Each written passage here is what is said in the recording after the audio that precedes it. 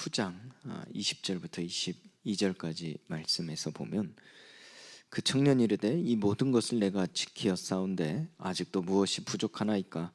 예수께서 이르시되 네가 온전하고자 할진대 가서 내 소유를 팔아 가난한 자들에게 주라. 그리하면 하늘에서 보화가 내게 있으리라.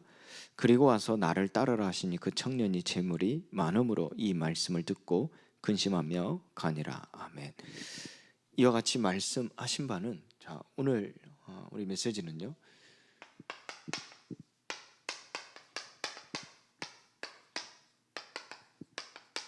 이 가정의 우상을 꺾으라 라는 주제를 가지고 오늘 함께 말씀을 나누고자 합니다. 자, 이 청년이 예수님께 질문하죠. 내가 무슨 선한 일을 하여야 영생을 얻으리이까? 소위 말해서 어떻게 잘 살 수 있고 행복할 수 있고, 또 이 많은 것을 가지고 어떻게 내가 평안하게 안식하며 살 수 있겠나이까?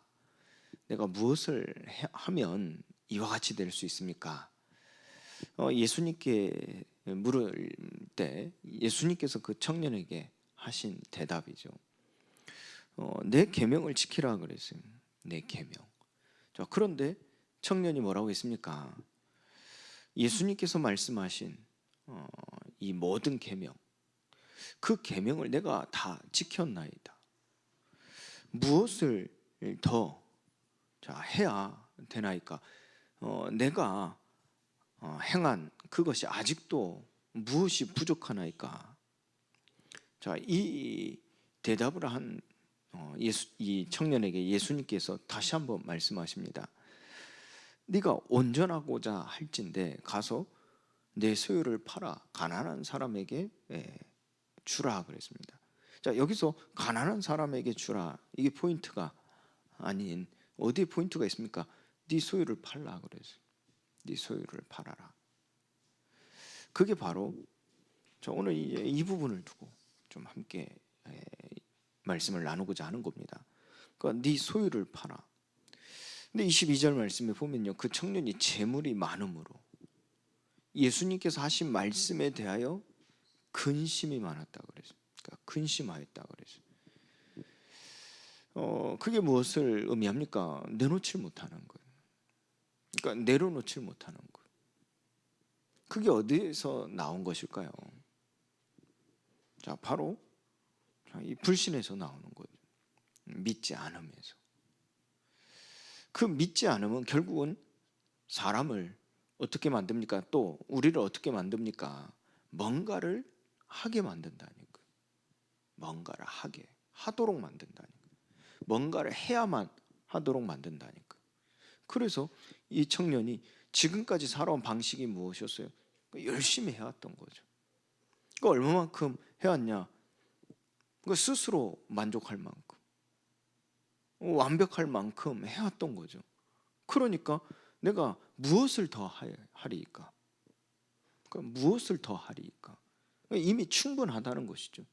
스스로 만족하고 충분하다는 겁니다.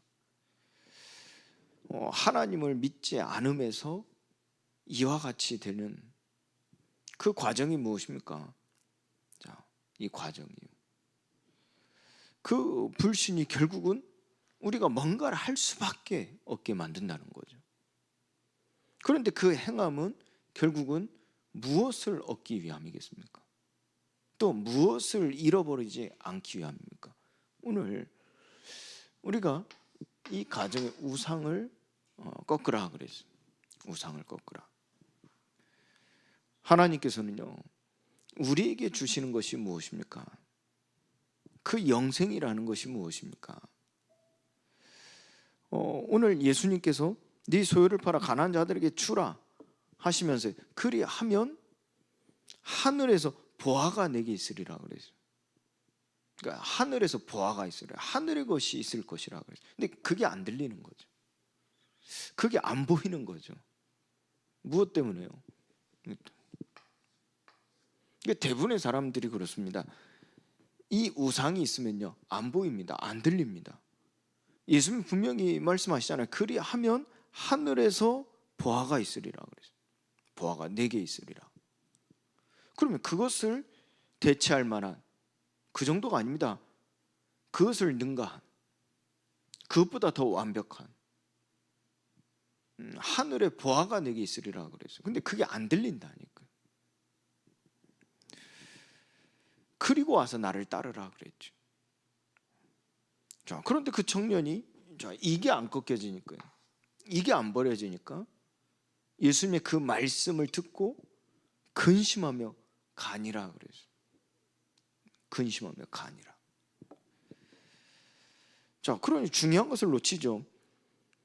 여기에서 우리에게 하늘의 보화가 있으리라. 자, 분명히 이 청년은요, 어떻게 하면 영생을 얻으리까 그랬어요. 그럼 분명히 예수님께서는 그 영생을 얻는 길, 그 방법에 대하여 말씀하신 거거든요. 자, 그렇다면 이 청년은 그 영생이라는 의미 자체도 이해하지 못한 거죠. 잘못 알고 있는 거죠. 예수님이 말씀하신 것과 다른 거죠. 맞지 않는 겁니다. 그러니 어찌 하나님의 말씀이 내게 은혜가 되겠습니까? 안 통하는데요. 결국은 그 모든 것이 이 우상이 있기 때문에 그런 것이죠. 그런데 그 영생에 대하여 말씀하신 그 9절에 29절 말씀에 보면요, 내 이름을 위하여 집이나 형제나 자매나 부모나 자식이나 전토를 벌인 자마다 여러 배를 받고 또 영생을 상속하리라 그랬어요. 29절 말씀이죠. 그러니까 상속하리라 그랬어요. 이 영생을 상속하리라. 그렇다면 그것을 내가 가지고 있을 뿐더러 그것을 상속한다, 줄 수 있다는 겁니다. 전달할 수 있는 거예요. 남겨줄 수 있다는 겁니다. 그러면서 이 말씀을 하셨죠. 하나님의 나라에 대하여, 천국에 대하여 가르치신 바가 무엇이었습니까? 예수님께서 30절 말씀에 보면요, 그러나 먼저 된 자로서 나중되고 나중된 자로서 먼저 될 자가 많으니라 그랬어요. 이 말을 잘 이해를 못하죠. 제자들을 비롯한 많은 사람들이 이해를 못하는 겁니다. 왜요? 자, 이게 있는 한은 절대 이해가 안 됩니다. 근데 여기다 20장에서 예수님께서 포도원, 자, 이 포도원의 품꾼의 예를 드시죠.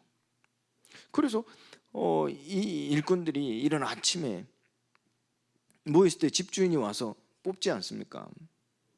그래서 한 데나리온씩을 준다 하며 일하러 오라 그랬어요. 그러면 그들이 한 데나리온을 준다 하니까 그것에 만족하여 그 일하러 가지 않았습니까?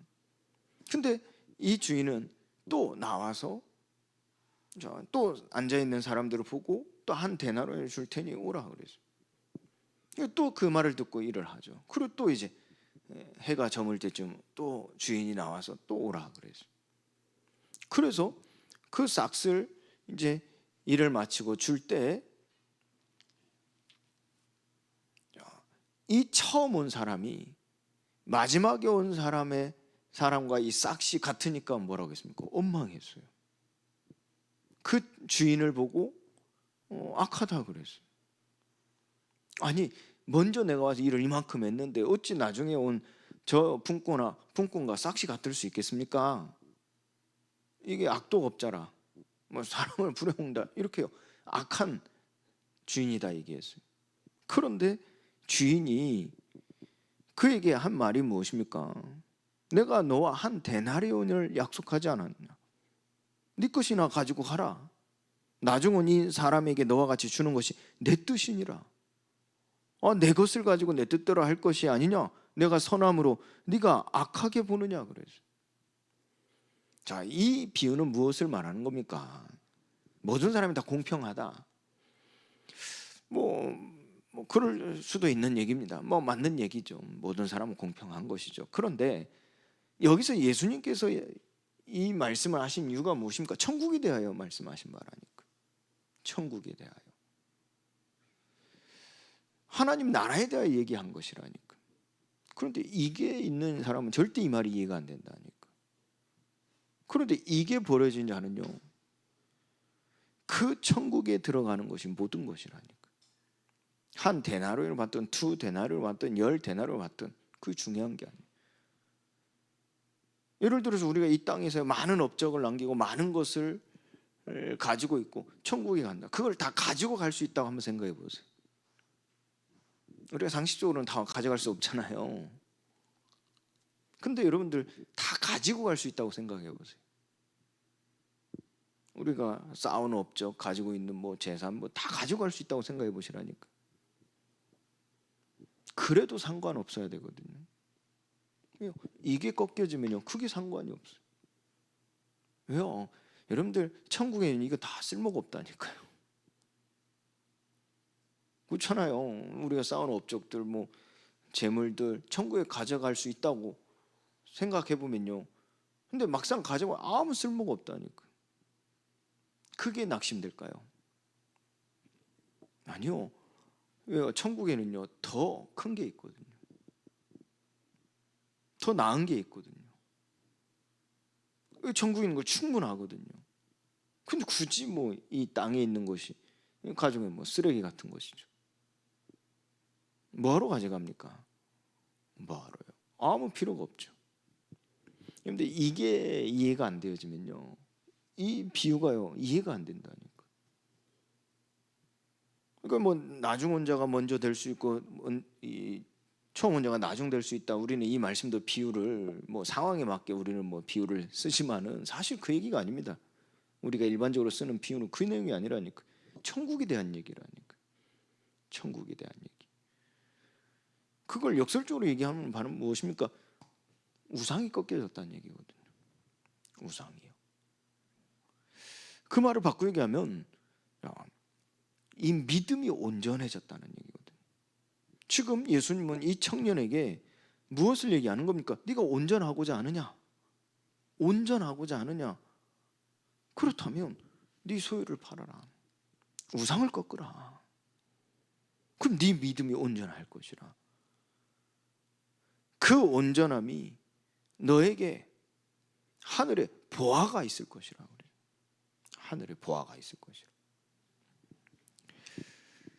자, 이 메시지를 가지고 여러분들이 실제 이 천국의 비밀, 자, 이 하늘 시민권을 가진 자의 배경을 그 축복을 누릴 수 있어야 되겠죠. 그래야 여러분들 가정에서 이 영생의 상속자로 설 수 있는 거예요. 그래야 가정이 여러분들의 영생의 상속자로 설 수 있다니까. 그래야 여러분들이 이 가정에서 하나님의 나라의 증인으로 설 수 있다니까. 그리고 그들을 도울 수 있다니까. 내 가족이 아닙니다. 내 자녀도 아니고 하나님 나에게 맡겨주신 사람, 하나님께서 나에게 붙여주신 사람이, 하나님께서 나와 함께 할 자라 그래서. 그러면 그 속에서 우리가 무엇을 하며 무엇을 전하며 무엇을 남겨야 될까요? 여러분들이 가정을 보는 눈이거든요. 가정을 보는 눈. 그래서 지난주에도 이 결혼에 대해서 말씀을 통해 우리가 교훈을 받았죠. 우리가 살아가는 인생 속에 우리가 어떠한 의식, 전통, 어떠한 율례적인 모든 부분에 있어서 우리가 하나님의 말씀으로 교훈을 받지 않았습니까? 그 모든 근본 뿌리는 어디에 있습니까? 우리는 하나님의 형상을 가진 자, 하나님께 속한 자, 하나님 나라의 권속이라는 겁니다.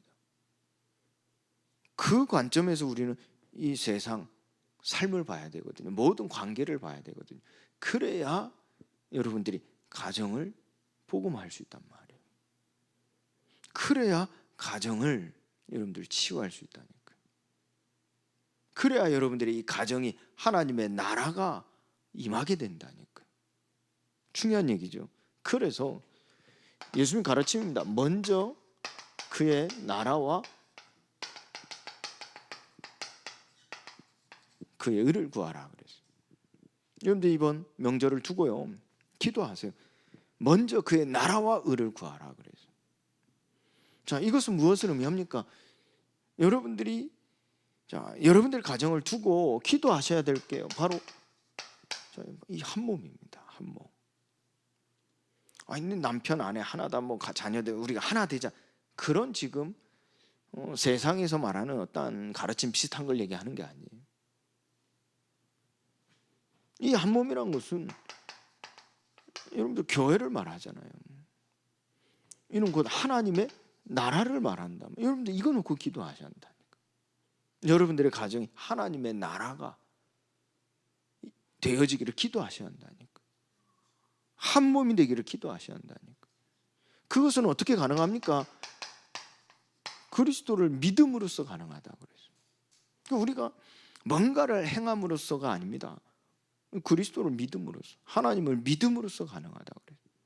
그래서 우리는 믿음의 본이 되어지는 것이고 믿음의 증인으로 서는 거예요. 이게 가문복음화의 열쇠죠. 그래서 여러분들이 먼저 한 몸이 되길 기도해야 돼요. 이는 내가 한 몸으로서 여겨져야 된다니까. 한 몸으로서. 각각이 아닙니다. 남남이 아닙니다. 한 몸으로서 여겨져야 돼요. 한 몸으로서. 그런데 문제는, 자, 한 몸으로서 여겨진다고 말은 해요. 한 몸으로 여겨진다. 부부든 자녀든 부모든 한 몸이다 이렇게 여겨져요. 근데 문제는 뭔지 아십니까? 자, 머리는 나다 이거죠.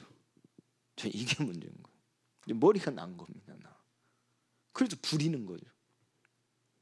이 가족도 막 부린다니까요. 뭐 머리가 나니까 막 시키죠. 자꾸 내 마음대로 하려고 하죠. 내 편한 대로 하려고 하죠. 내가 하고 싶은 대로 하려고 하죠. 무조건 나를 도우라 하는 거죠. 무조건 내 말을 들으라 하는 거죠. 나의 유기를, 나의 편함을 위해서 자꾸 이용한단 말이에요. 이 머리가 되려고 한단 말이에요. 그런데 이 가정이요, 한 몸으로서 머리는 누굽니까? 자, 이게 확실한 거죠.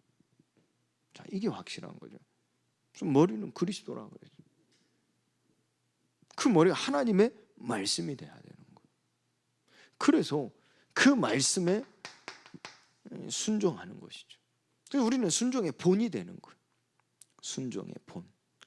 순종의 증인으로 서는 거예요. 그래서 이 머리가 이 그리스도의 하나님의 말씀이 되어지기를 기도하는 거예요. 그러면 하나님께서는 우리가 하나님의 자녀인 것을 우리의 영과 더불어 친히 증언하신다고 그랬어요. 어떻게 해요? 성령으로. 그것을 우리에게 나타내신다고 그랬어요. 하나님 우리와 함께 계시기 때문에. 그러면 본다니까요. 나타난다니까요. 그래서 이 머리가 누구인 줄 확실히 알게 하신다니까요. 그래서 모두가 순종하도록. 이거 기도하는 겁니다. 기도. 그러면서 하나는, 또 하나는 각 지체로서 서는 거죠. 각 지체가 되어 합력하는 것이라 그랬어요. 합력하는 거죠. 그 힘을 합치는 거죠. 하나가 되어 그 한 일을 두고 마음과 뜻과 힘을 다하여, 목숨을 다하여 함께 하는 겁니다. 그런데 이게 지금 머리로 하는 게 아닙니다. 말로 하는 게 아닙니다. 이게 이제 실제가 되어지고 이게 우리의 삶으로 되어져야 되는데 그 시작은 여러분들 마음입니다. 마음이 되어져야 돼요. 그리고 그 마음에서 나오는 생각이 이와 같아야 돼요. 항상. 그래서 우리는 먼저 그의 나라와 의를 구하라. 그의 의를 구하라. 이 기도가 시작되어야 되는데, 근데 이 사실이라니까 이렇게 돼요. 자, 그런데 우리도 모르게요, 이 사실을 받아들이지 않는, 필요에 따라 한다니까. 필요에 따라. 그럼 머리는 아는데 실제 유익에 따라 이게 왔다 갔다 한다니까. 그런데요, 이 하나님의 나라와 의, 여기서 우리에게 말씀하신 바를 우리가 받아들이지 않는 데서 자, 이 믿지 않음이 나온다니까. 그 불순종입니다. 근데 먼저 우리가 가정에서 사람에게 받아들이지 않는 데서 안 믿잖아요. 그러니까 서로 듣지 않는 거죠. 서로 말을 듣지 않는 거죠. 그러니 먼저 그의 나라 의를 구하라 할 때 내가 하나님이 내게 이르신 하나님의 법이거든요. 이걸 내가 인정하지 않는, 받아들이지 않는 데서 이 믿음, 순종, 합력의 증인을 설 수가 없는 거예요. 이게 나오는 겁니다. 믿지 않음, 그 불순종이 나오는 겁니다. 그렇게 되면 여러분들 이 불순종하게 되면 결과는 여러분들 아시죠? 자, 관계가 파괴되는 거죠. 자, 계속 불순종해 보세요. 계속 믿지 않고 듣지 않는다. 뭐 어떻게 되겠습니까? 관계가 파괴되겠죠.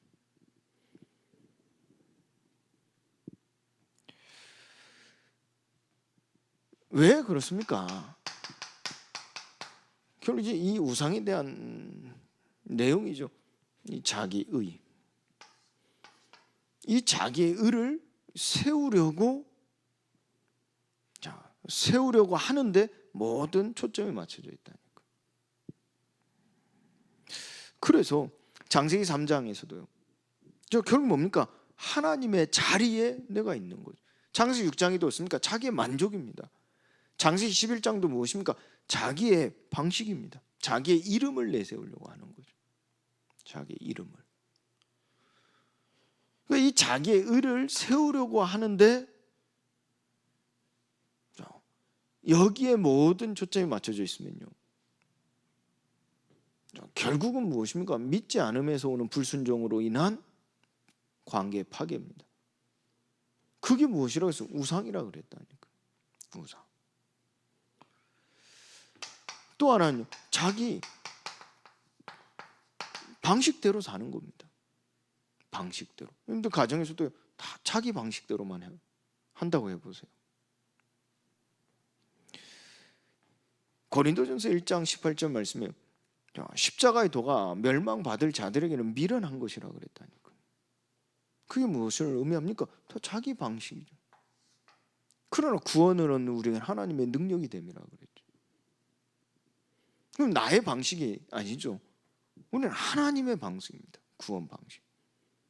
근데 결국은 거기에 대한 불순종이 어디서 나옵니까? 자기 방식대로 살아가는 거예요. 또 우리도 모르게 우리에게 뿌리 내려지는 우상이 있습니다. 자기 공로를 남기려 하는 거죠. 자기의 공로를 남기려 하는 거예요. 그래서 고린도전서 3장 13절 말씀에요.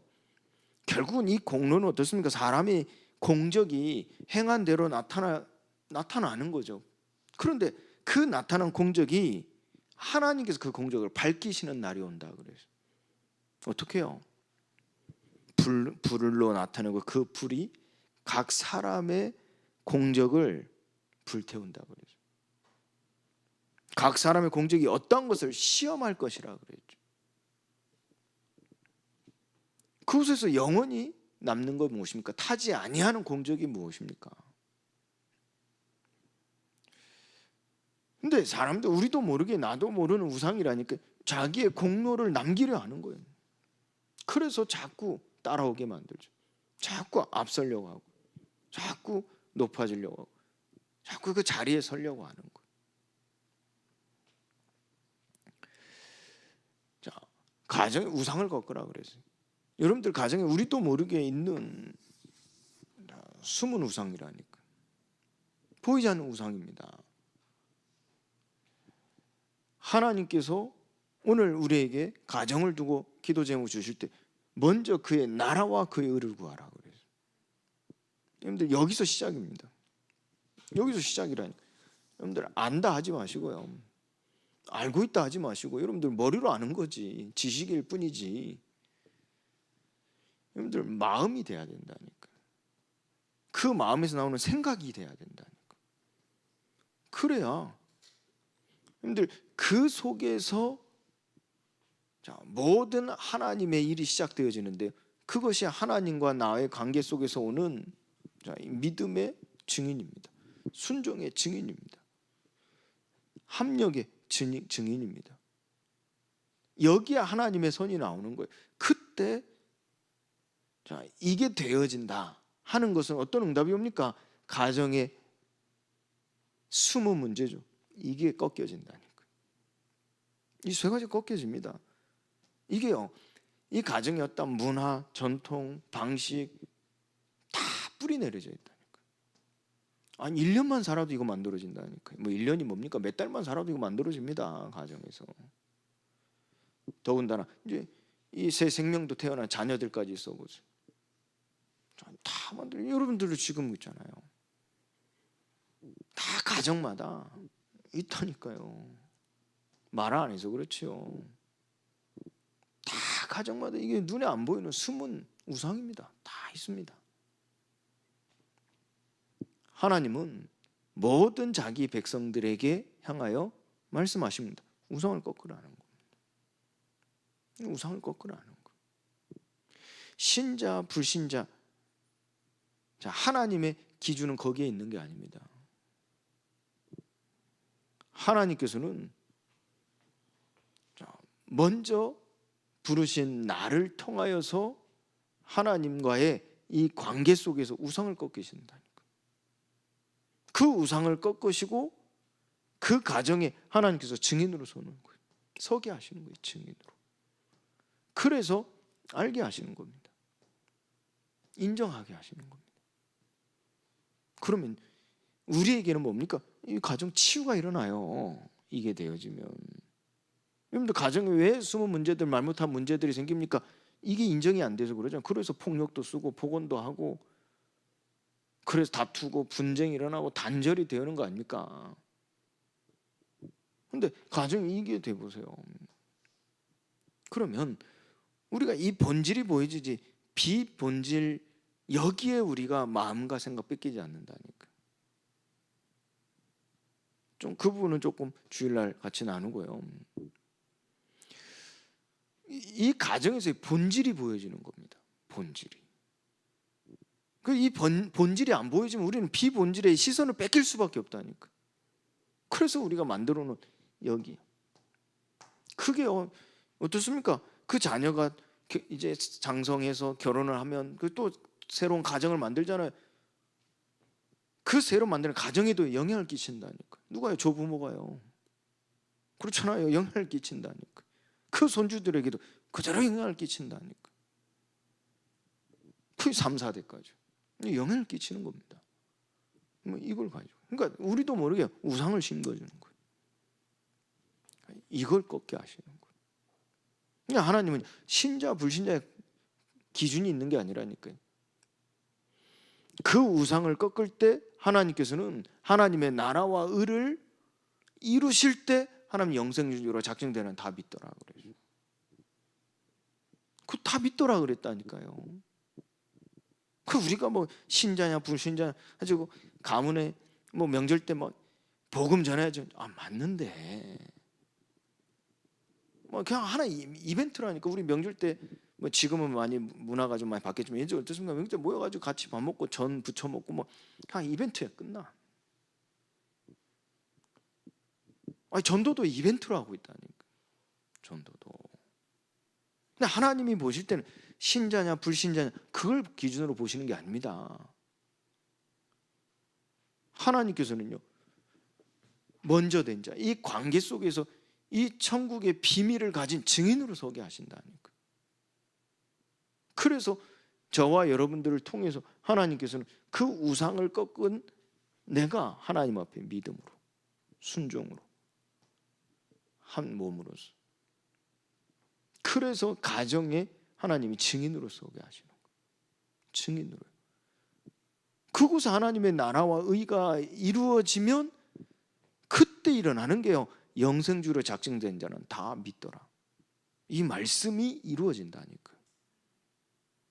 그러면 명절이 끝나도요 이벤트가 아니죠. 이게 남는 것이라니까. 그리고 이게 끊겼다니까. 이게 꺾였다니까. 이게요. 그래서 하나님은요, 자, 우리를 어떻게 해요? 맏아들이 되게 하시는 거예요. 로마서 8장 28절 말씀에 우리가 알거니와 하나님을 사랑하는 자, 그의 뜻대로 부르심을 입은 자들에게는, 29절 말씀이죠. 미리 아신 자들을, 여기서 미리 아신다, 이건 택하신다 그랬어요. 택하셨다. 그들을 또한 그 아들의 형상을 본받게 하기 위하여 미리 정하셨으니 이는 그로 많은 형제 중에서 맏아들이 되게 하려 하십니다. 여기서 맏아들이다 하는 것은 여러분들 이 본이 되게 하신다는 말이에요. 본이 되게. 영어로는 모델이라고 하죠. 모델이라고. 결국 하나님은 이 가정에서 맏아들이 되게 하시는. 그래서 가정 생활에 여러분들이 이제 모델이 되는 거예요. 가정에서 모델이 되시는 거예요. 그걸 배우는 겁니다. 삶을 배운다는 말은 행위를 배운다는 말이 아닙니다. 그건 여러분들 오해하지 마세요. 우리가 삶에 대해서 계속 지금 우리가 말씀을 나누고 있는데 행위적인 부분을 얘기하는 게 아니에요. 행위는 따라오는 겁니다. 행위는 따라오는 거라. 우리의 무엇이 회복되어져야 돼요? 우리에게 지식이 이제는 믿음이 되어지고 그 믿음이 증거가 되어져야 돼요. 그게 우리에게 어떻게 싹이 트냐면요, 뿌리가 내려지고 싹이 트냐면요, 그게 바로 마음인데 곧 그리스도의 마음을 갖게 되는 거예요. 그걸 다른 말로 그리스도의 성품을 갖게 되는 거예요. 행위를 말하는 게 아니라니까요. 그럼 우리가 그리스도의 성품을 가지게 되어지면, 곧 그리스도의 마음을 가지게 되어지면 그 마음에 의해서 우리의 말과 행함이요 달라진다니까. 달라져요. 한 번에 달라진다라기보다도 저 같은 경우도요, 이 마음을 갖게 되어지면서 점점 달라진다 하는 것은 무엇을 의미하면, 저 이렇게 살다가 어느 날 이게 부딪혀와요. 이렇게 하는 게 아니구나. 그리스도인으로서 그리스도의 마음을 가졌을 때 이게 부딪히는, 거치는 돌이 되는 거예요. 이전에 그냥 마음대로 했던 것들이 거치는 돌이 되어지는 거예요. 걸림돌이 되는 거예요. 그러면서 이런 말투도, 이런 행동도, 이걸 이제 끊임없이 하나님 앞에서 내려놓는 겁니다. 은혜를 강구하는 겁니다. 또 넘어지고 또 다시 반복하고 그럴 수 있습니다. 그러나 우리는 그걸 두고 또 하나님의 은혜를 간구하는. 여러분 주의하실 건 자책하실 건 아니에요. 그러니까 자책감을 가지실 게 아니에요. 뭐 자책은 할 수 있겠죠. 근데 죄책감을 가질 게 아니란 말이에요. 우리 은혜를 간구해야 돼요. 은혜를 간구해야 된다. 그러면서 하나님께서 하나하나 갱신시켜 나가시고 변화시켜 나가시고 바꾸어 가시는 거예요. 그래서 우리가 행위가 기준이 아닙니다. 행위는요, 비본질이 어떠한 모델적인 모습이란 말이에요. 그 모습을 보고 우리가 쫓아가는 게 아니죠. 본질을 보고 가야죠. 우리가 배우는 건 그 본질이지 그 행위가 아니란 말이에요. 우리가 이 모델이 되어지는 것도 자칫 잘못하면 우리는 행위가 기준이 돼버리면 우리는 뭐 가족들이 있을 때나 다른 사람이 볼 때 그런 척 한다니까요. 실상은 아닌데 그런 척하고 거짓된 모습을 보인다니까요. 행위가 기준이 되면 그렇겠죠. 그런데 그 기준은 행위가 아니라 마음입니다. 마음. 이 그리스도의 마음을 갖는 거예요. 그 성품이 내 안에 이 생명이 되어지고 그게 씨가 되어 뿌리를 내리고 자라게 되어진단 말이에요. 그러면 어느 날 이게 열매가 되어지는 거예요. 그 열매로. 그래서 이 성령의 성품에 대한 9가지에 대한 부분들을 우리가 또 정리해서 말씀하고 있지 않습니까? 그건 이제 열매가 맺는 부분이란 말이에요. 열매로. 자, 이것이 우리의 가정 생활 속에서요, 이 함께 교제 속에 전달이 되어진다니까. 전달이. 그러니까 이 말로 하는 데는요, 자칫 잘못하면요, 이 관계가 파괴됩니다. 뭐 우리는 가르친다고, 부모니까 뭐 자녀에게 가르친다 이러면 안 된다, 뭐 자칫 잘못하면 이 관계가 파괴된다니까. 그런데 우리는 삶에서, 교제 속에서 이 마음이 전달된단 말이야. 근데 그 마음 전달하는 건 내가 너 얼마나 사랑하는 줄 아냐? 그거 인간적인 마음이 아니라요, 뭐 사람의 마음, 뭐 부모의 마음, 그걸 말하는 게 아닙니다. 그리스도의 마음이라니까. 그래서 자, 우리가 이와 같이 모델이 되어지는 것은 사실은 우리는 끊임없이 하나님 앞에 엎드려 기도하는 것이란 말이에요. 그래서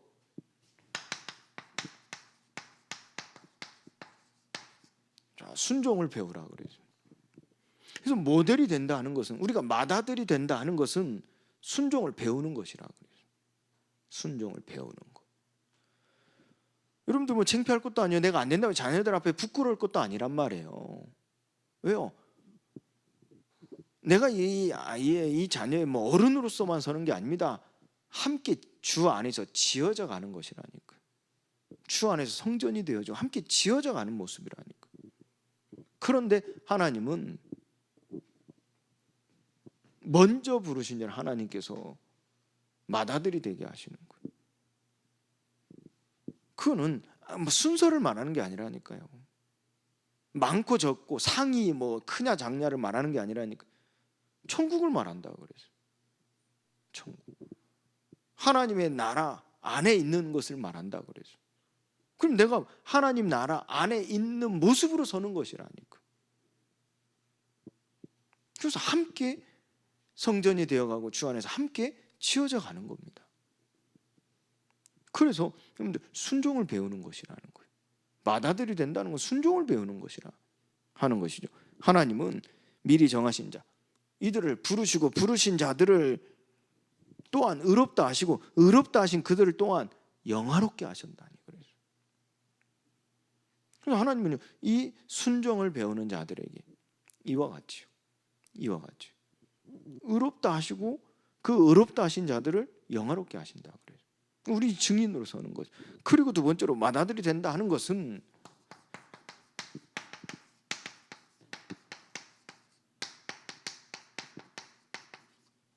겸손한 마음을 가지라 그래서. 빌립보서 2장 말씀이죠.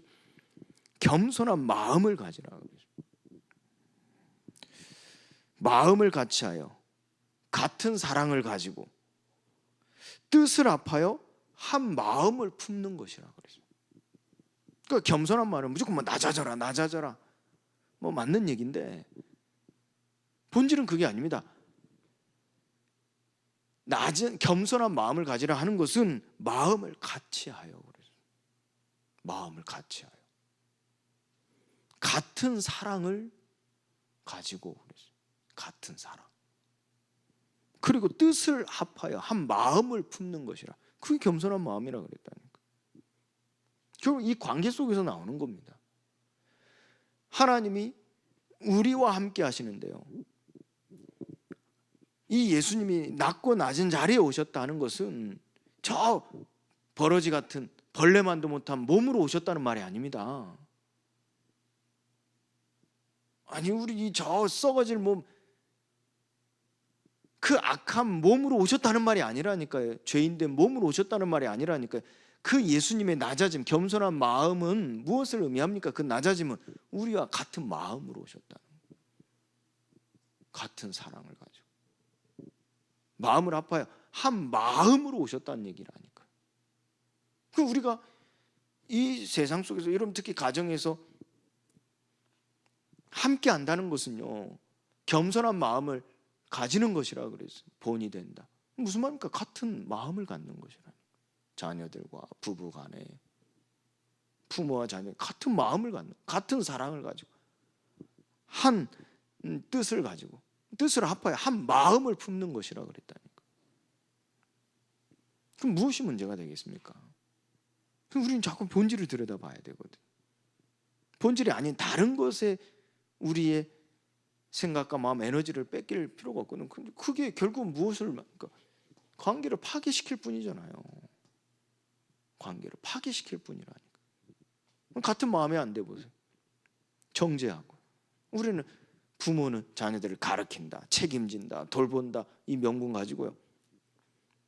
뭡니까? 이 관계를 파괴시키고 있다니까.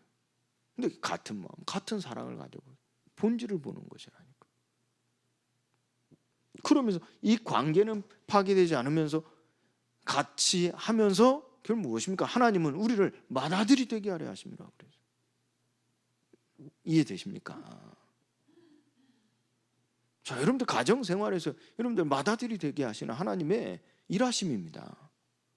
그러니까 이걸 놓치니까 자꾸 관계가 파괴된다니까. 자꾸 그럼 멀어지고 분쟁이 일어나고 자꾸 단절이 돼버리는 거. 그 어느 순간 남보다도 못할, 그렇잖아요. 남보다도 못하다니까. 남보다도. 밖에서는 막 친절히 대하고 뭐 베풀고 근데 집에 와서는 막 뭐 편하다고 뭐 오히려 막 더 화를 내고 막 막말하고. 그러니까 거꾸로 하는 거죠. 이게 나오니까 다 이게 내 마음대로 된 거예요. 내 것, 내 마음대로. 자꾸 창세기 3장, 6장, 11장에 불순종이 나오는 것이라니까. 하나님의 자리 내가. 하나님의 영광을 위한 데 나의 만족을 위하여. 우리는 하나님의 이름으로 서야 되는데 자꾸 내 이름을 자꾸 내세우고. 왜요? 가족이라는, 이 가족이라는 명분을 가지고, 부모라는 명분을 가지고. 자, 겸손한 마음을 가지라 그랬어요. 겸손한 마음을 가지고. 그런데 우리는 그 겸손한 마음을 가지고 이 관계 속에서 하나 되어지는데 하나님은 우리를요 맏아들이 되게 하신다니까요. 이 비밀이죠. 그리고 세 번째로 담대하라 그랬어요. 그러면서요 담대하라 그랬다니까. 이사야 65장 1절 말씀에 이사야가 담대하여 그랬잖아요. 내가 나를 찾지 아니한 자들에게 찾은 바 되어졌다 그랬어요. 나를 부르지 않는 자, 내게 묻지 아니한 자들에게 나타났노라. 나를 부르지도 않았는데 내가 여기 있노라, 내가 여기 있노라. 이 무엇을 의미합니까? 이 바로 이 그리스도의 대사입니다. 대사. 요한복음 1장에 보면요, 참빛 곧 세상에 와서 각 사람에게 비추는 빛이 있었나니, 근데 사람들은 그 빛을 보지 못했다고 그랬어요. 이게 무슨 말입니까? 찾지 아니하는 자들에게 찾은 바 되어졌다니.